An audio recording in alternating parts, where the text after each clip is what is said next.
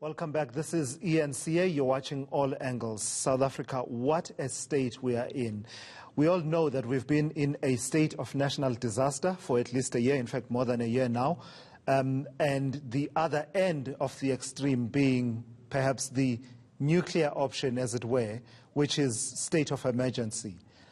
Don't want to be alarmist, never want to be alarmist, but it really is about bringing back law and order in the country. You wonder at what point those conversations start happening. We're not there yet. The Minister of Defense telling us that is the last resort because of our history, the restrictions that a state of emergency would impose in terms of the rights and limitations of the rights. We have a table of non-derogable rights, rights that cannot be derogated from even in a state of emergency. But let's not even think about that. We need to get the situation, the state of chaos, because we are in a state of chaos, at least in the two provinces. We need to get that arrested and brought under control.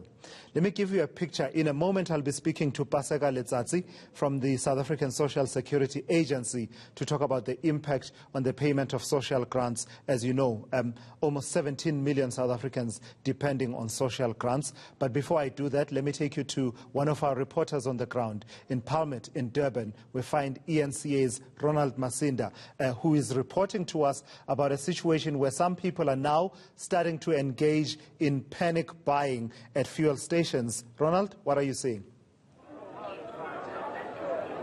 Yes, good afternoon to us. Well, what we are seeing at this service station is that a lot of people are saying that, they cannot take the risk of not having fuel. They've been at several service stations where a lot of the service stations are in and around Durban or have either been looted, others have been gutted, while others have decided to close during this time. And one of the issues really has been the issue of not seeing fuel tanks traveling in and out of Durban. There have been fears around the issue of fuel tanks traveling in and out of Durban, given that several trucks have been torched in recent weeks.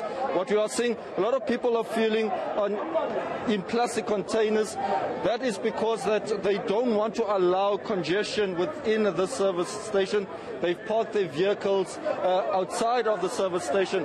But we've seen so many people. The owner of this particular service station says he's been running the service station for over past 21 years. He has never seen anything like this. This has been the situation throughout the course of the day since the early hours of the morning.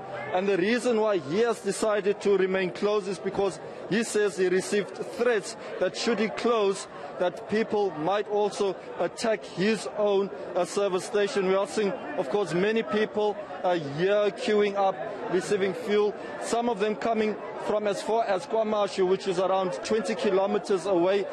There they say that at least 3 service stations have been gutted during the protests that have taken place there. So we are seeing a lot of people still using containers to fuel up. But we also know down the road there's an engine garage that has completely closed given the current situation of people protesting. But the owner of this garage says he doesn't want to speak on camera, as he also fears that, his thoughts might also ignite anger in some of the communities that live in and around near this area. But what he did say is that, he anticipates that fuel will eventually run out here at this fueling station. He has said that petrol tanks are almost empty. There is quite a bit of diesel, and many people are still phoning him to find out whether or not is it worth their while to travel here so that they can get fuel, because many other parts have decided to shut down or are not operational at this stage. All right, Ronald, we will check in with you a bit later on. That's eNCA's Ronald Masinda in Palmiet there in Durban. The supply chains in the economy being disrupted, and Devin Murugan will be talking to that factor in just a moment. But before we get there, let me also recap for you what you're seeing at the bottom of your screen, the updated death toll. And we must be very clear at this moment. The source for what we are reporting to you as breaking news is the 2 premiers of KwaZulu-Natal and Gauteng. Premier Sihle Zikalala, speaking a bit earlier on, mentioned the figure of 26 people dying in KwaZulu-Natal and just about 20 25 minutes ago, we heard from the Premier of Gauteng, being David Makhura, mentioning the figure of 19 people having died in Gauteng. You do the maths for yourself and you come up with that figure.